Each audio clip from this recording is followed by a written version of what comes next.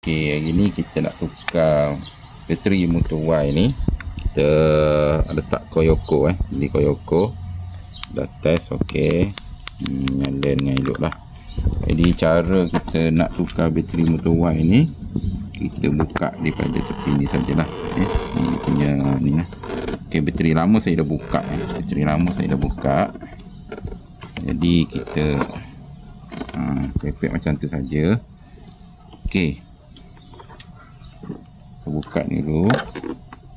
Bateri ni dia duduk pastikan positif dan juga negatif ni diletak ni hitam ni negatif, merah ni positif.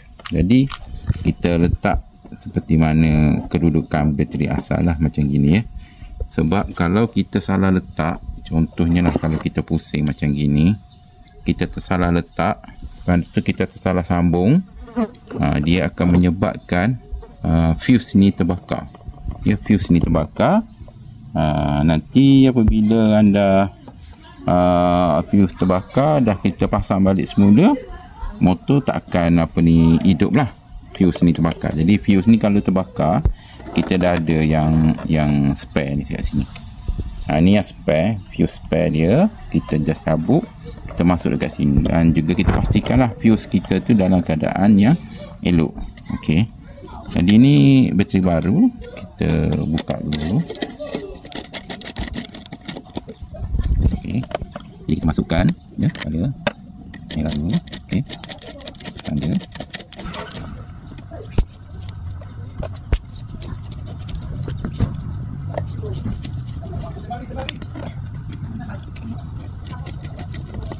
Tekan, tekan, tekan ni boleh tekan ni. Okey, satu lagi tekan ni yang negatif.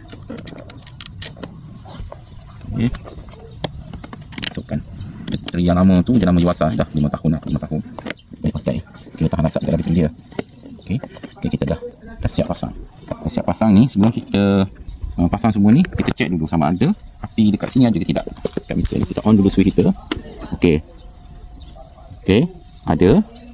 Okey, lepas tu kita cuba start. Okey, dah hidup Okey, maksudnya pemasangan kita ni betul dah kalau salah, dia boleh fuse ni boleh diputus. Okey, itu saja cara pasang bateri Y. Okey, lepas tu last sekali kita pasang balik getah di sini okey dah. Tu kita kemaskan balik semula. Okey, itu saja tip daripada saya untuk tukar bateri. Okey, sekian, terima kasih.